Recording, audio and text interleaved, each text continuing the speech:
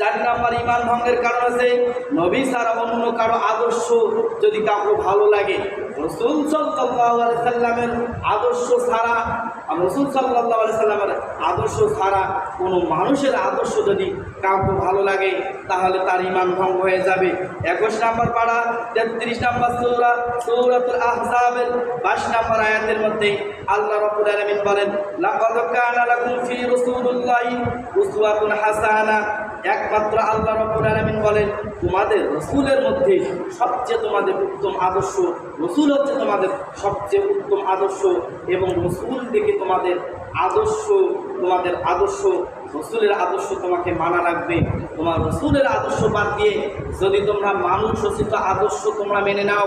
আব্দুল্লাহ বিন উবাইয়ের আমি যত ঘটনা পড়ে দেখছি, কোনো ঘটনা আমি তার ভুল পাই নেই। আব্দুল্লাহ বিন উবাই আল্লাহ রাসূল সাল্লাল্লাহু আলাইহি সাল্লামের পিছনে নামাজ আদায় করেছেন, সালাত আদায় করেছেন, রোজা রেখেছেন, হজ করেছেন, কিন্তু আব্দুল্লাহ বিন উবাই নামাজ পড়েছেন, হজ করেছেন, যাকাত দিয়েছেন, দান সদকা করেছেন, সব কিছুই করেছেন। একটির কারণে তার ঈমান ভঙ্গ হওয়ার কারণ হচ্ছে আল্লাহ রাসূল সাল্লাল্লাহু আলাইহি সাল্লামের আদর্শ না মানার কারণে। তলে তলে আবু জেহেল, উতবা, শাহিবা, মুগীরাদের আদর্শ মেনেছে। এই কারণে আল্লাহ রাব্বুল আলামিন তার ঈমান ভেঙে দিয়েছে। তাহলে আব্দুল্লাহ বিন উবাই নামাজ পড়েছেন, হজ যাকাত সব কিছু করেছেন।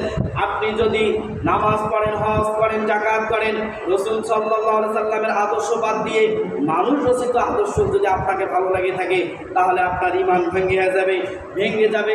আল্লাহ রাব্বুল আলামিন 10 নম্বর পারা 9 নম্বর সূরাতুত তাওবা সূরাতুত তাওবার 80 নম্বর আয়াতের মধ্যে বলেন, ইস্তাগফির লাহুম আও লা তাস্তাগফির লাহুম ইন তাস্তাগফির লাহুম।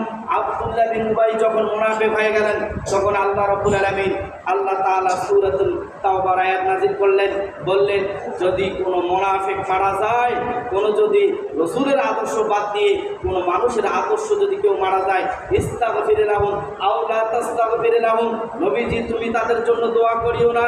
ইস্তাগফির লাহুম আও লা তাস্তাগফির লাহুম ইন তাস্তাগফির লাহুম 70 মাররাতাইন ফালা ইয়াগফিরুল্লাহু লাহুম। যদি কোনো মানুষের আদর্শ মেনে নেয়, নবীজি তুমি তার জন্য দোয়া করো না। যদি তুমি তাদের জন্য দোয়া করো, কেন তো তুমি যদি তাদের জন্য 70 বার দোয়া করো, তাও দোয়া কবুল হবে না। ইস্তাগফির লাহুম আও লা তাস্তাগফির লাহুম ইন তাস্তাগফির লাহুম 70 মাররাতাইন ফালা ইয়াগফিরুল্লাহু লাহুম। আল্লাহ রাব্বুল আলামিন বলেছেন 71 বার কেন, তুমি যদি 1000 বার দোয়া করো, আমি আল্লাহ রাব্বুল আলামিন এই দোয়া কবুল করব না। কেন? রাসূল সাল্লাল্লাহু আলাইহি সাল্লাম যখন মনের মধ্যে দোয়া ভাবতেন যে এই দোয়াটার জন্য, রাসূল সাল্লাল্লাহু আলাইহি সাল্লাম ভাবতেন, আল্লাহ তাআলা দোয়াকে কবুল করতেন। কিন্তু মুনাফিক আল্লাহ রাসূলের আদর্শ বাদ দিয়ে মানুষ রচিত আদর্শ যখন মানবে, এর জন্য দোয়া কেন, রাসূল কেন? রাসূল সাল্লাল্লাহু আলাইহি সাল্লামের দোয়া কবুল হয় নাই। কাবা শরীফের ইমামের দোয়া করলে কবুল হবে নাই। আমি আলীর হোসাইন যদি দোয়া করি, এই দোয়াও আল্লাহ তাআলার কাছে কবুল হবে নাই। আপনার জন্য 1000 বার জানাজার পড়াইলে আল্লাহ তাআলা কবুল করবে না, যদি মানুষ রচিত আদর্শ যদি আপনি মেনে চলেন। আল্লাহ রাব্বুল আলামিন সূরাতুত তাওবার 84 নম্বর আয়াতের মধ্যে বলেন, ওয়ালা তুসাল্লি আলা আহাদিম মিনহুম মাতা আবাদান ওয়ালা তাকুম আলা কবরি। নবীজি কোন মুনাফিক, কোন মানুষের আদর্শ মানুষ যদি কেউ মারা যায়, তুমি তাদের জানাজা পড়বে না।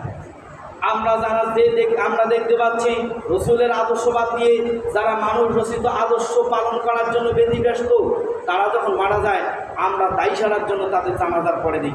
আমাদের মন তখন আর ভালো থাকে না, আমাদের মনটাই একটু হলো হয়ে থাকে, খারাপ হয়ে থাকে, যে আর জানাজার পরে আল্লাহ তাআলা নিষেধ করছেন।